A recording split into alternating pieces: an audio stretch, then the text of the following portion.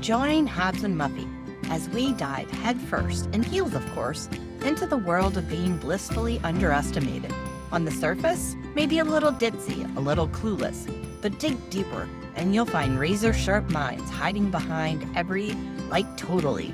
From Chrissy Snow to Cher Horowitz, we unpack how pop culture typecasts women who lead with charm, sparkle, or silliness, and how that image can be both limiting and liberating. Through real talk personal stories and a lot of laughs, we explore the fine line between perception and reality and celebrate the multi-faceted brilliance of women who aren't afraid to be both light and deep. Because being a little clueless doesn't mean you're not clued in. Hey Muffy, I thought it would be interesting to talk about being clueless or ditzy or any of those things, because I think it's kind of funny, but I also think it can be a very serious topic. The way we perceive others and, how we label them a certain way. Like I think about that with my girls.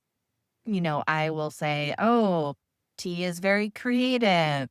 Jay likes to do lots of things and she's more competitive. We're creating these labels around someone based on their interests, their character, a lot of different things, IQ. And I think there's a little bit of dits in all of us. Maybe you would beg to disagree, but I don't necessarily think it's a bad thing to be a little bit clueless or to be a little bit ditzy. I think it shows color, it shows personality, having fun, but there's also a downside to it, I suppose. If people think, a lot of people, kind of sometimes, not a lot of people, but some of my friends think of me as being a little bit ditzy or just not comprehending certain things or jokes and that kind of thing. And I've always had a nickname of Chrissy Snow. So, if you think about Chrissy Snow, you think about other famous people that have been seen as someone who's either clueless or ditzy, like Marilyn Monroe, like the blonde bombshell. I think she was super smart. I don't know for a fact, but, she got where she got with her fame, not only because of her looks, but how she put herself out there to grab attention. So there's got to be some smarts behind that. And then, like I said, there's Chrissy Snow. Think about the movie Clueless. Alicia Silverstone plays Cher. I love that movie. It's so iconic, and I think it's so much deeper than even the marketing or the advertising makes it out to be. Because it is about a girl who's sheltered, who's protected by her father, because her mother died, and, growing up in this la-di-da world with everything at her fingertips. But then as a result of being clueless, quote unquote, a lot of things happen to her, and she has to kind of understand them. And I know I'm trying to analyze this movie, but she's also trying to do good. She's trying to be a good person. So her cluelessness is not out of a lack of empathy or wanting to do good, or, she's coming of age as a teenager in high school. So, she befriends a girl who's new to the school and she wants to make her popular. So, she's kind of clueless when it comes to driving. Oh my God, her driving is hysterical. I'm not that bad. I'm a good driver. I will say that, but I can, as I'm always voice memoing you, I'm sometimes either getting lost or almost having an oops, but just have to admit that. But if you think about the movie Clueless, Alicia Silverstone played, her role so well. I often think about her because she didn't get enough credit, and, it's a little bit different now than when that movie came out in 1995. But afterward, she went on to play some good roles, but she also she got attacked for gaining some weight. And I wouldn't say chubby, but she wasn't skinny, like model skinny. And I always kind of feel bad for her because I think she looks great. She looks healthy. And yeah, I mean, in some ways, the role did a disservice to her, but in other ways, it just, I don't know, highlighted how somebody can maybe be a little bit la-di-da perspective about the world and still be a good person and a smart person. I got my nickname of Chrissy Snow back in college, in my sorority, and I don't like it was and is now. I think it kind of went away for a little while. I lost it, but it is a part of my personality. It's my fun side, and so I don't, it's my character. And it served me well. I mean, we talk about like the ditzy blondes and the clueless women who are actually super smart, like Suzanne Summers. I mean, my friend M from college, she actually is a business major, and she got straight A's, and she was very successful in the hotel industry for a while. And people always perceived her to be kind of ditzy, but she was actually kind of smart. Her father and her brothers are also very smart. I mean, her mom never worked. I mean, I don't think she wasn't smart, but she did work at one point. I'm sorry. But all I'm saying is, like, she comes from a family with intelligence, and it was there. It just wasn't like a focus that she chose to portray, like, who she was or her personality. And she likes to have fun. So do I. But yeah, going back to my college days in the sorority, so all my sisters knew me as Chrissy Snow. And it was great because I didn't have to do everything that everybody else did. Like, for example, when we had Rush, where you recruit new girls to join the sorority, everybody had an assigned role. I didn't have an assigned role because they thought of me as Chrissy Snow. So I just kind of wandered from room to room, whereas everybody else had to stay in their room and, whether it was like the eating area or the living room, like there were all these different roles. I had no assignment and it was wonderful. I just went around talking to people and just nobody questioned it because they thought of me as Chrissy Snow.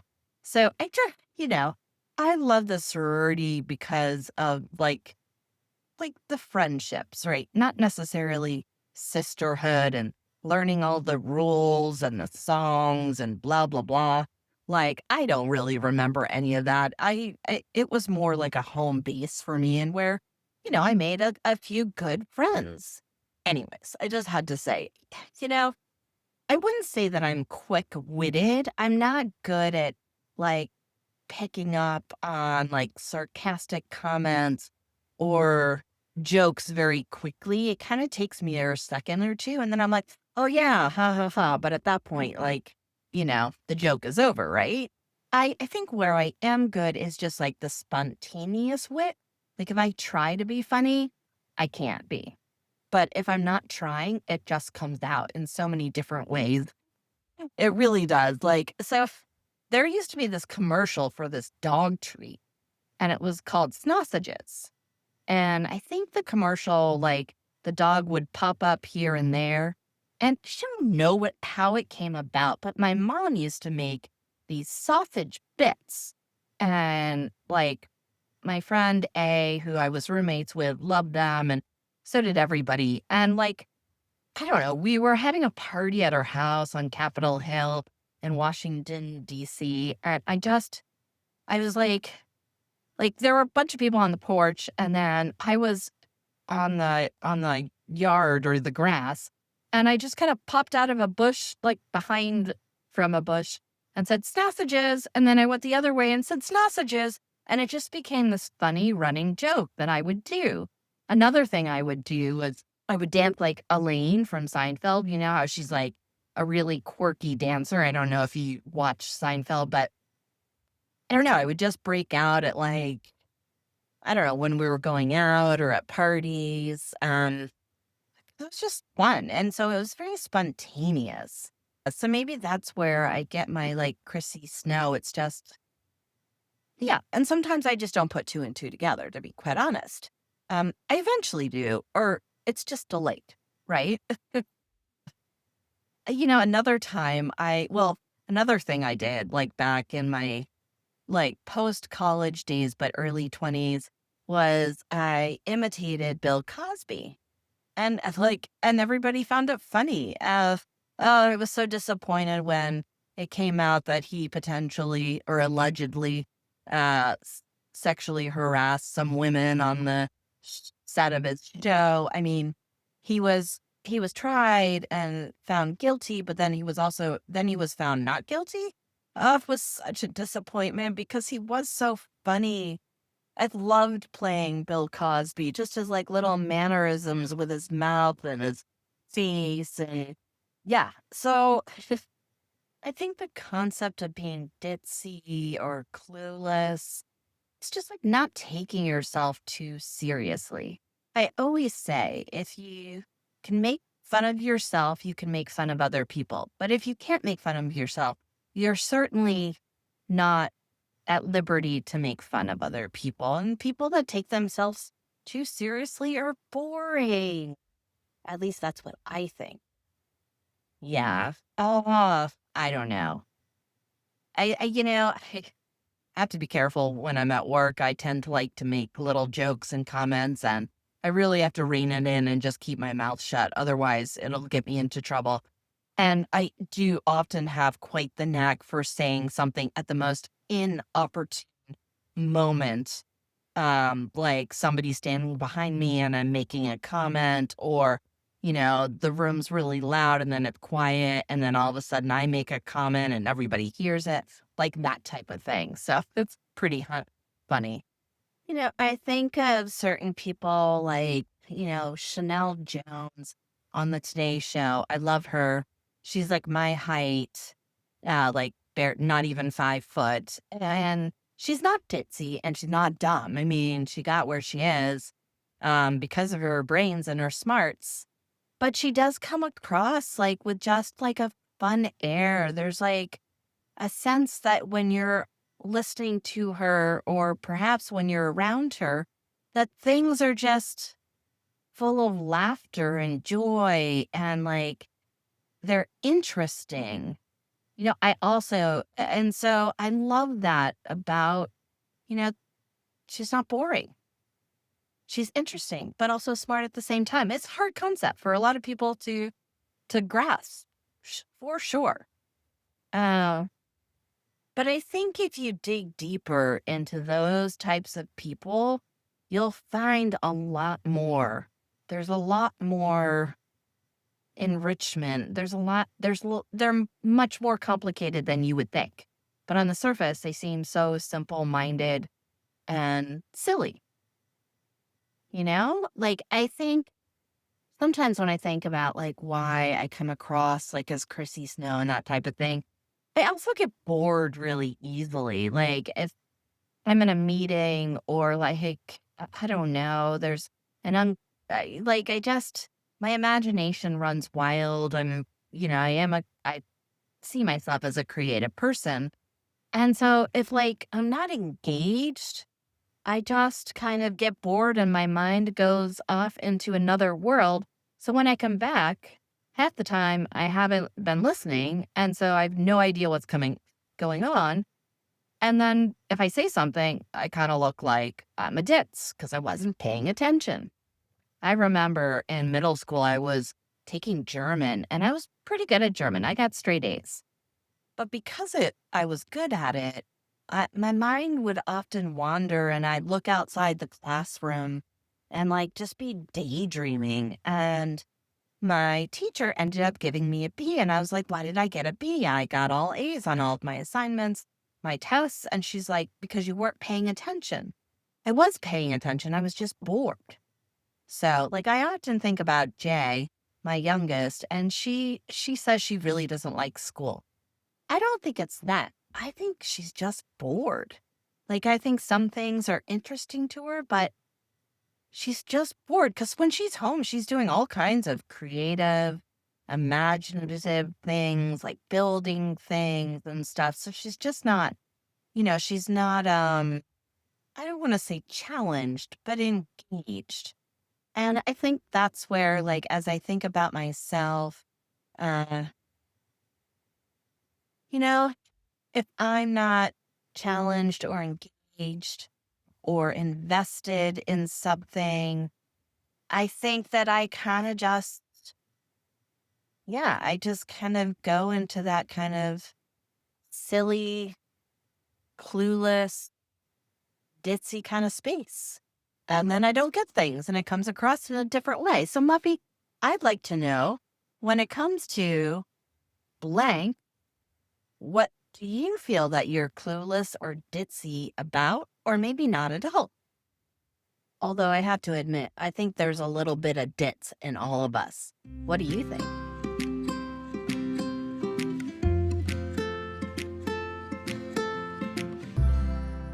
Hey Habs, it's Muffy. Ah, what a great topic. Cluelessness.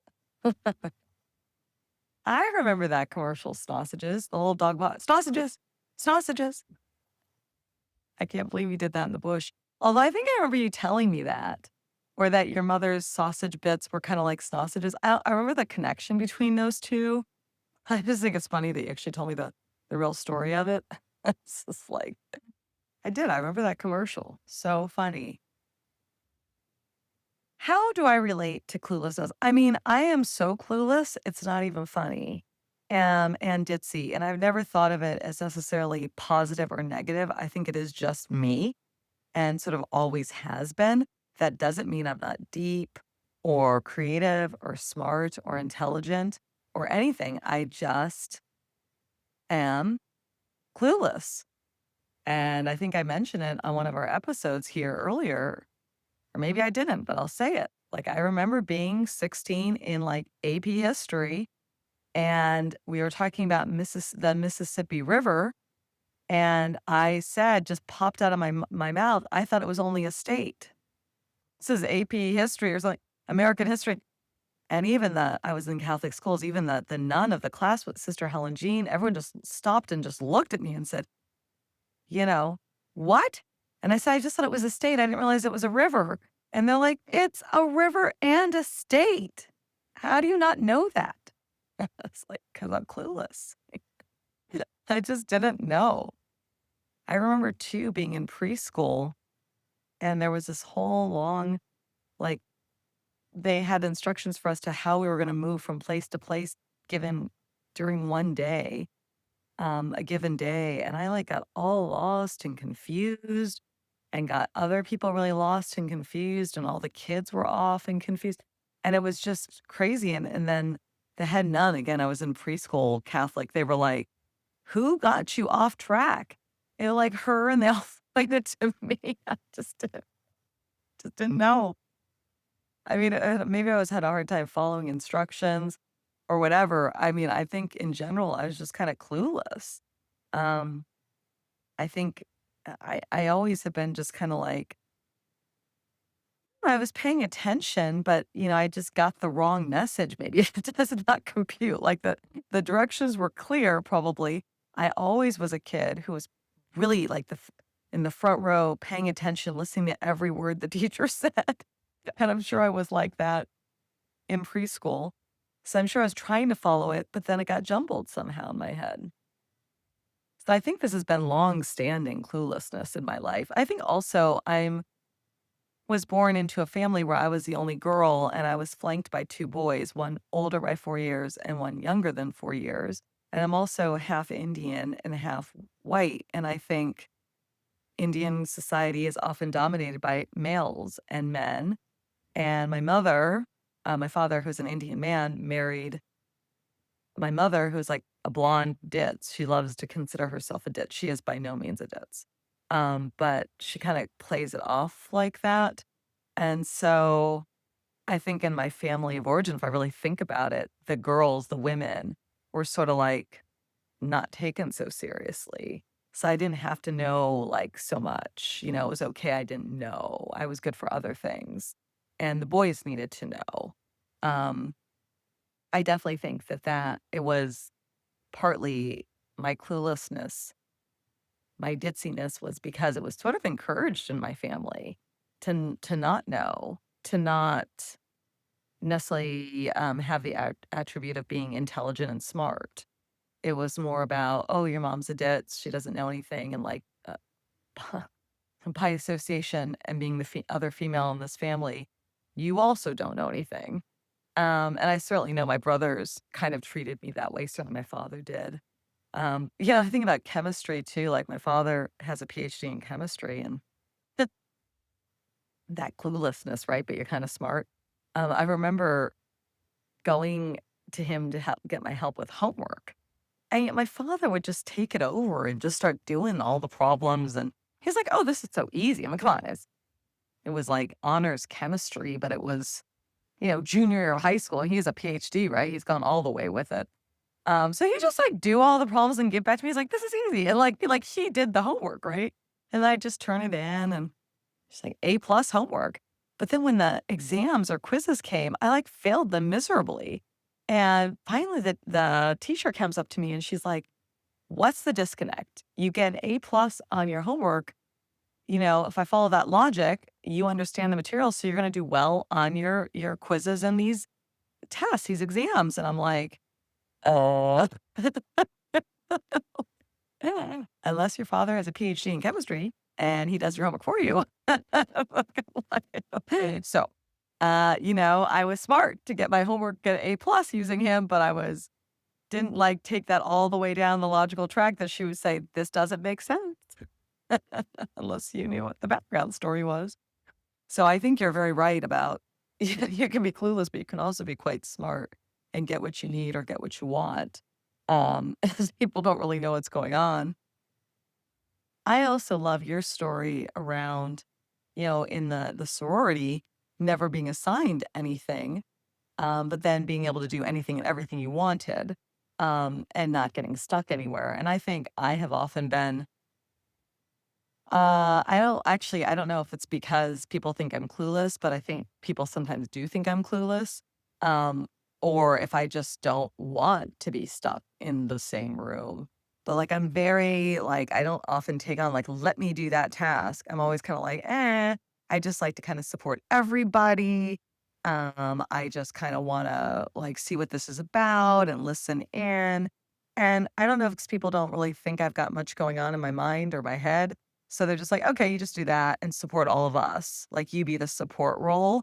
And in the support role, you get to like, as you say, float around and do lots of things that, people wouldn't otherwise get to do. They're stuck in that one role or that whatever the task is at hand.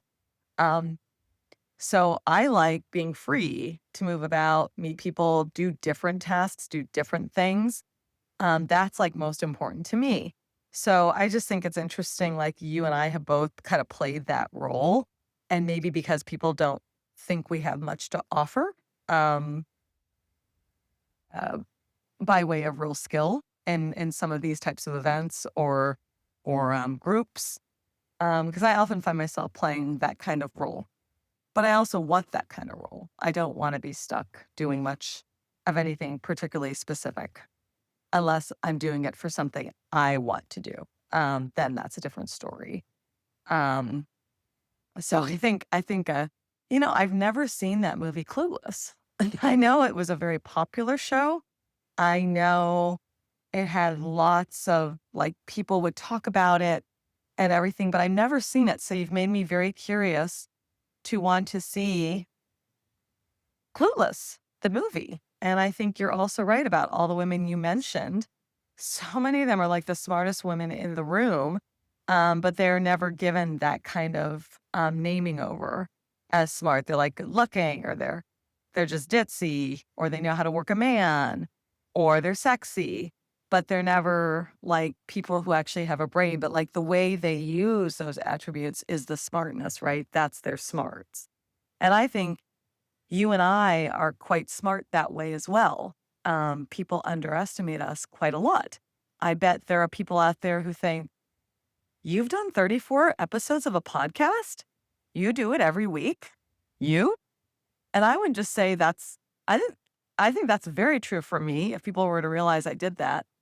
And maybe for you too, like that, how are these two actually like producing something regularly when they're kind of ditzy and they don't like have it together very much? And, I think for a long time too, for me in my own personal story, I'm always trying to do these entrepreneurial things.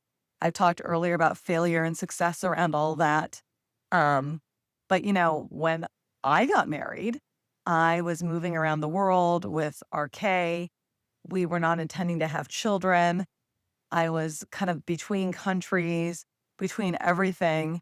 And so, really, for all intents and purposes, I was RK's wife. That was my job. That was my role. It wasn't like, okay, I'm married and I do go out to work and do this, or I'm married and I'm pregnant now and I'm going to have a baby and I'm going to be a stay-at-home mom. Like, I really didn't have any of that. I had my role as his wife and me as a person. And I think that also, because that went on for, I don't know, we got married in '03, and I had my business in '05. I relaunched my kids' party planning business in '05. So then I would tell people I was a kids' party planner, and then that didn't work out in 11. And then I was like, we bought another house, and I was working on the house and working on some screenplay writing, but I didn't like have a job per se. So I was like, well, what do you do? Well, I'm like RK's wife. And I think people really also then said, like, she doesn't do much, does she? She's just kind of like an ornament to him. And I mean, there's some men who really do want an ornament. I don't think RK is that. I think he always wanted me to work, and I always wanted to work. But I think people kind of thought, like, he must just want a trophy wife. Not that I'm such a great trophy wife. Think about trophy wife, I have a whole different thought of what a woman looks like. And that thought is not me. And, she's just interested in lunching and gallivanting about her life. That's not true about me. I've always wanted to work and have purpose, but I've always wanted to work through something I create of my own and successful. But I think that was another way it kind of got named over me, that she's kind of a ditz. There's not much to her. She's arm candy for him. And then I went ahead and I became a therapist. And now I produce my husband's comedy shows. I'm doing this podcast with you. And it's like, wait, who is she? It's like, yeah, I was still that trophy wife. And, but I think that also got named over me. I'll tell you another way that I'm really clueless in my here and now with RK is in my language. I always have the wrong word. I always say things like not right. Like I'll use a word that I can't even think of an example right now, but I'll use a word and he will constantly correct it. You mean this, or you're supposed to pronounce it this way. And it really bugs me because he knows what I'm trying to get at, instead of like humoring it and just being like, okay, you know what? I know what she's trying to get across. I mean, and his correcting never gets anywhere with me because I don't like, oh, hey, I'm going to file that away and I'm going to definitely use that in future appropriately. I never do. And I think people, and like he sometimes is like, people hear you speak and they're like, think you're a ditz. They think you don't know what you're talking about. I'm like, well, I am a ditz and I often don't know what I'm talking about. So it's okay that they know that. And like, this is the way maybe she comes out. But I almost feel like he gets more concerned about it than me. Thinking, oh, I've married somebody who doesn't know how to talk or use her words. And sometimes I was like getting older, like, do I not know how to use my words because I've got Alzheimer's? But I'm like, no, this has been true of me since my whole life. I don't know the word. I want to know the word, but I don't know the word. But I think that's another way where I think that sort of stuff happened with me growing up, going back to my family, and people kind of putting me in she doesn't know anything or what she's doing. And like, I kind of never fought that. I was just like, okay, maybe I don't know what I'm doing. Maybe that's okay. Maybe in not knowing what I'm doing and everyone not thinking I know what I'm doing is actually freedom, and actually pulls the wool over so many people's eyes, because I actually do know myself. I do know what I want to do. I do know how to carry myself forward in all the ways that actually matter and count. So what do I care what they think? I've never really been one of those people who care that much about what other people think. Thank God, because I think a lot of people don't think very much of me. I don't mean to be that like rudely about other people or about myself. I just don't think people think I have much to offer, or think I have much substance. I've always kind of felt that way, but I don't feel like that's a good or a bad thing. That's about them and who they are and sort of how they interact with me. But it's about them. It's not about me. But I can take that, knowing that, and use it to my advantage. And I certainly have in my family of origin, in my wider family, with friends, with colleagues, in my own entrepreneurial activities. Like people really think I'm stupid. I really think that. A lot of people think I'm super, super stupid. And then are like really surprised when they realize she isn't actually. And I'm not. And I don't know if I really want to reveal this on this podcast if anyone's listening. Dear listeners, are you listening? That Muffy, yeah, she's clueless and she's not clueless at all.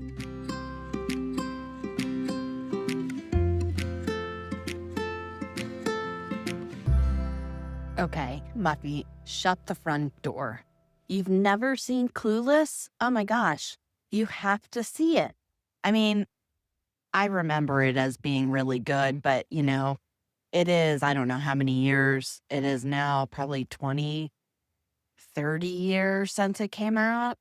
But at the time, it was really good. I still think it's kind of good. I haven't watched it in a long time. Actually, it's a good movie to watch with my girls. It's just funny. And it's fun and serious all at the same time. It's kind of like, don't take yourself so seriously and you'll turn out okay. Right? I don't know. I mean, you got to watch it and let me know what you think.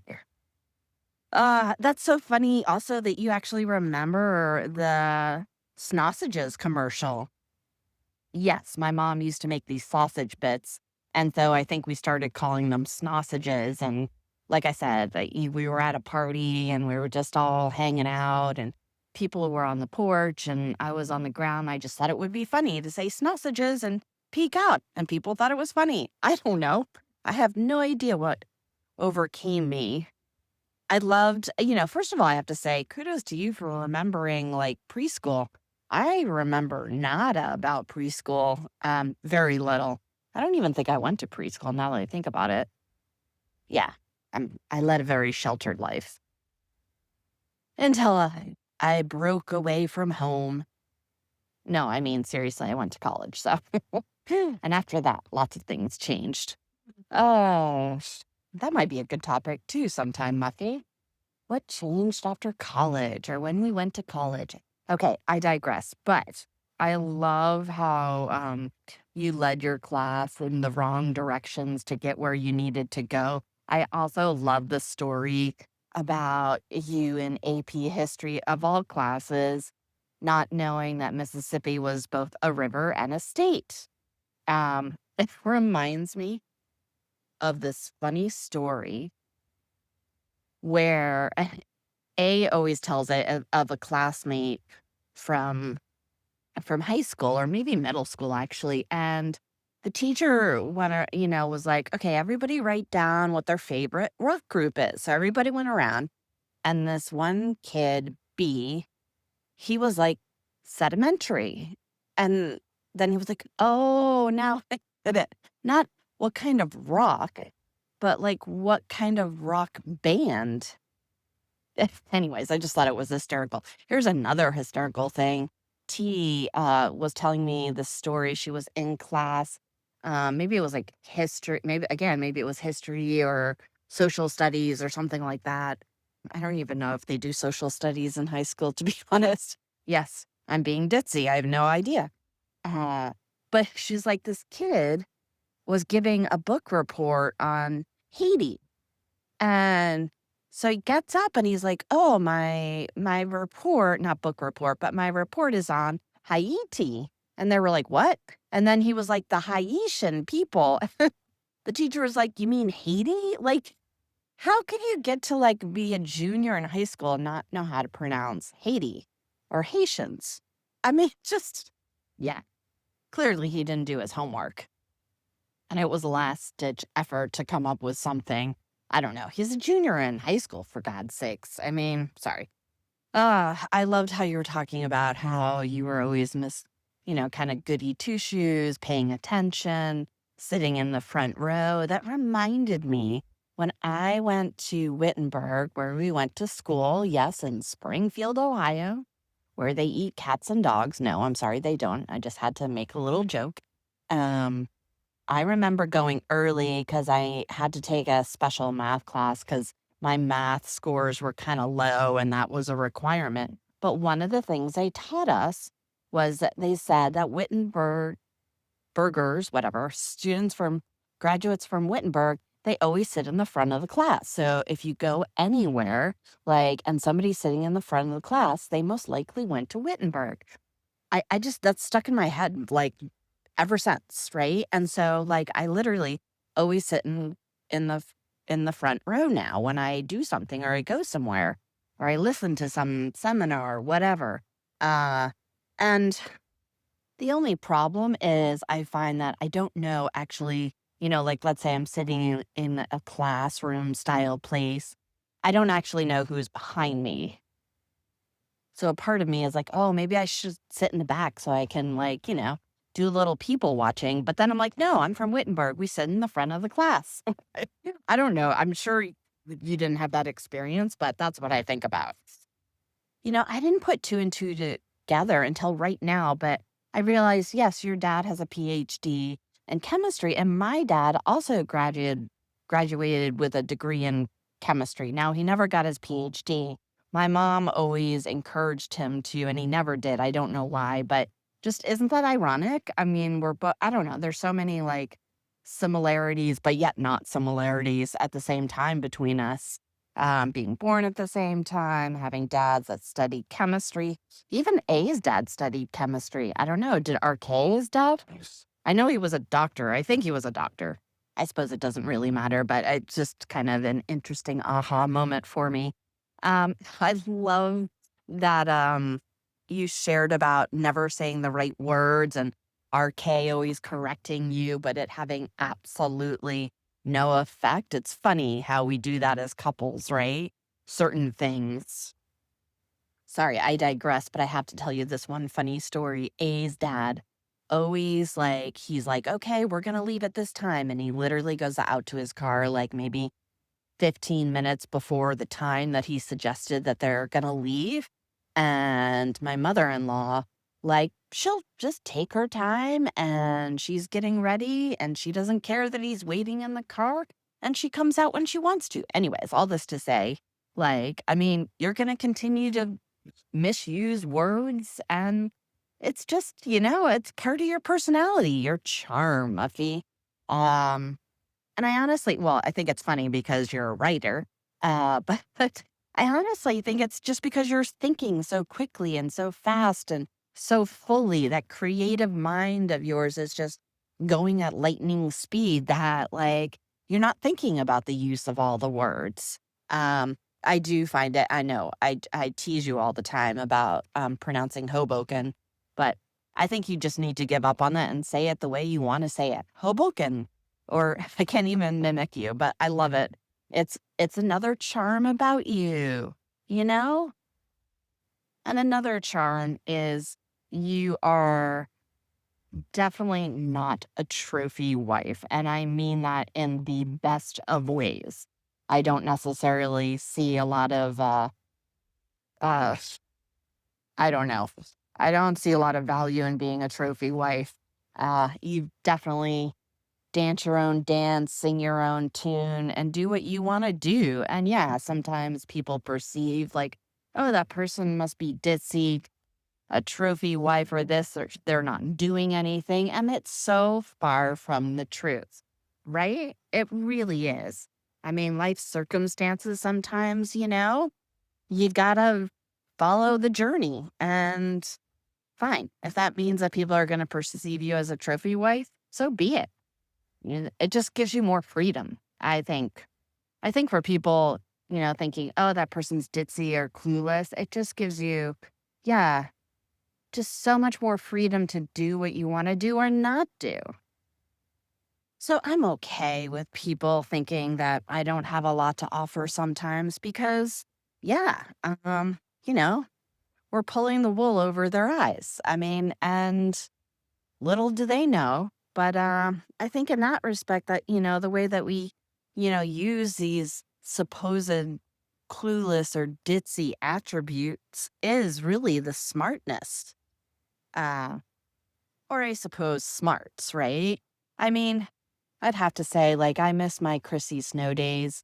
It's been gone for a while because I've taken life a little too seriously, and I think like part of like the oral of a Chrissy Snow or whatever you want to say is just like to say, hey, life is short. Don't take it so seriously. Have some fun, and who cares, right? Who really cares, Muffy? I certainly don't, but it's taken me a long while to reach this point, for sure. So I'm embracing my inner Chrissy Snow. I love it, and it makes me happy. It definitely puts a smile on my face, that's for sure. So if the words does not compute blips across our radar screen from time to me that just means, hey, there's some kind of magic going on in that head of yours or mine.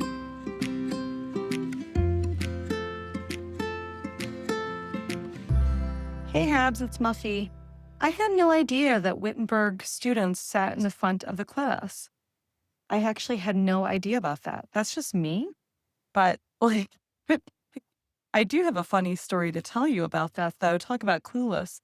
I went to Wittenberg like you did, and a fellow high school student in my class also went to Wittenberg.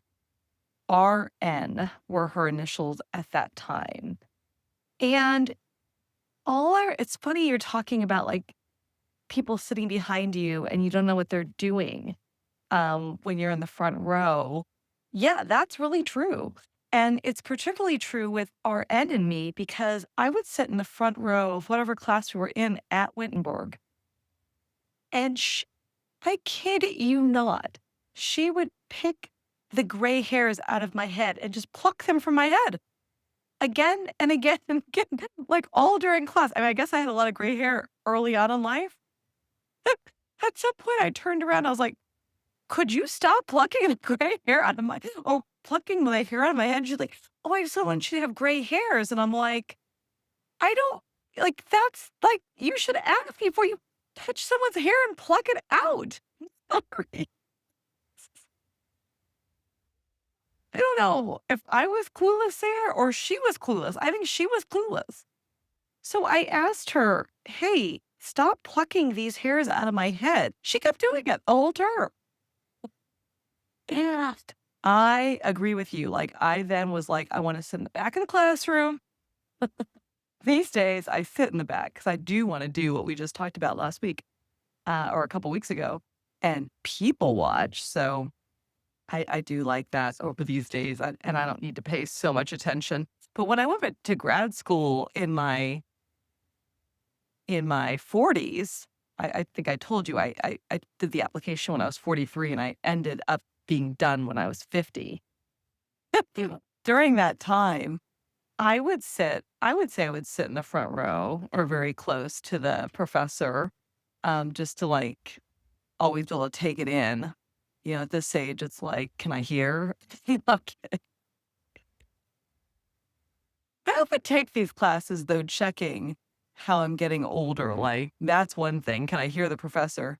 But when I moved to New York City, this area, I took acting classes because I'm married to a stand up and I kind of wanted to get into the mind of a creative, right? What is this? So I did it for like a whole year. And I kept remembering, like, can I remember lines? Like, or do I have Alzheimer's? I was like, well, this will tell me if I can actually remember things. I mean, it's funny when you are sort of clueless and you're trying to test, like, what's going on as you age. These are the tests that I've come up with in my head. um, yes, just to answer your question, Ruben's dad, RK's dad is not a chemist. He is a medical doctor. So he is long since retired, but he was what you would call today a primary care physician in a little town out in Borneo, actually. I mean, he birthed like everybody out there from like 1965 to, when he left there in like 2020 or no, 2015 or something. No, maybe not that long, but like he birthed a lot of people. One time, like we were driving somewhere, we were visiting him, and someone at the gas station ran over to his dad and was like, "Oh, doctor, let me fill this up because, like, you birthed all my daughters and brought them into the world." The funny thing about him, I mean, he's still living, although he's pretty shut in these days due to strokes. But no matter where he would travel in the world, and this is sort of one of these things around cluelessness, right? But not really. No matter where he traveled in the world, he would be recognized. Now, how can that be when you're like in this small town in Borneo called Lahadatu? Listeners, have you ever heard of Lahadatu in Borneo? Which is like an island nation shared by Indonesia, Brunei, and Malaysia. I mean, what are the chances a guy who's lived out there for like 45 years is going to run into people in the world? But that's what would always happen with him. He's like he came one time to visit us, and this is not the only time, but this is the one time that really stands out. And we're there in the San Juan Island, which is also another obscure place to be in the world.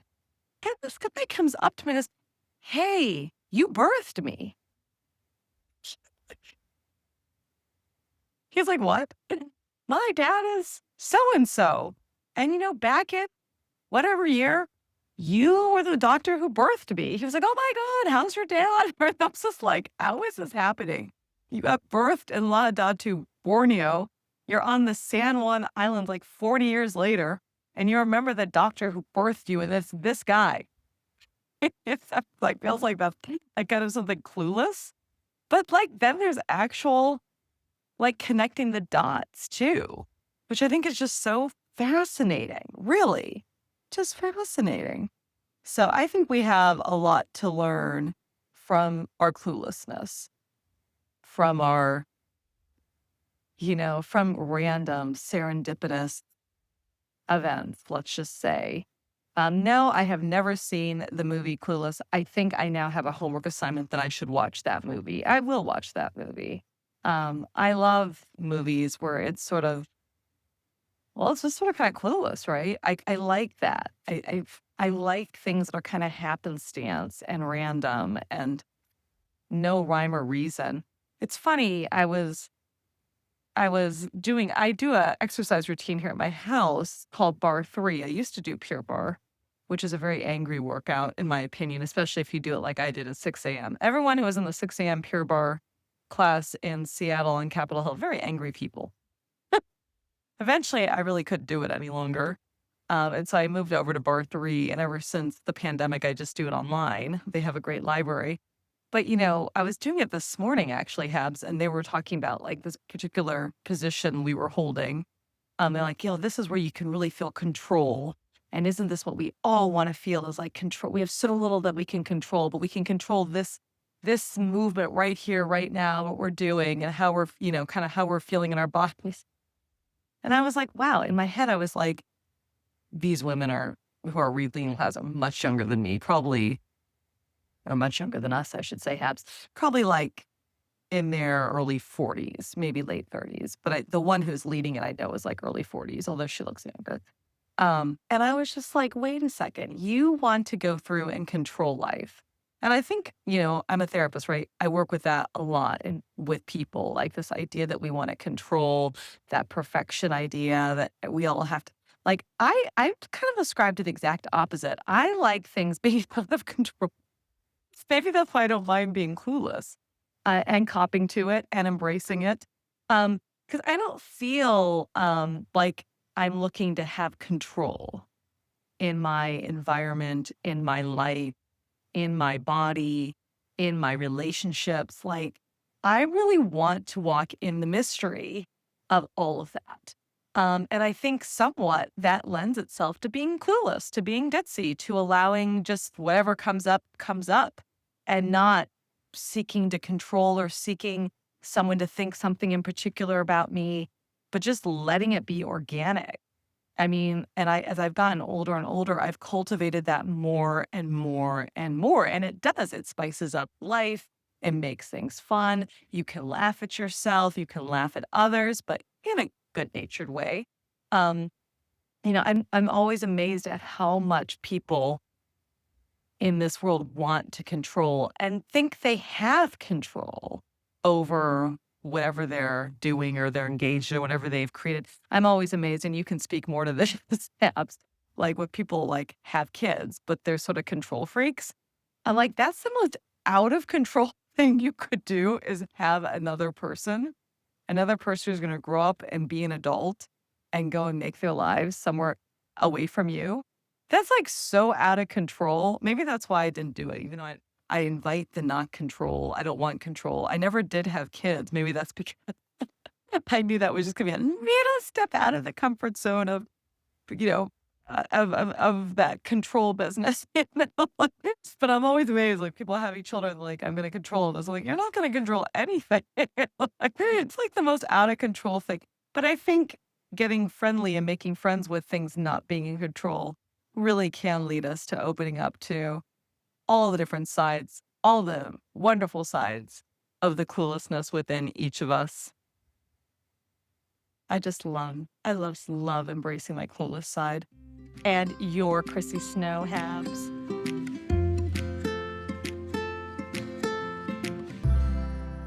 Yes, Muffy, I do want a last minute response.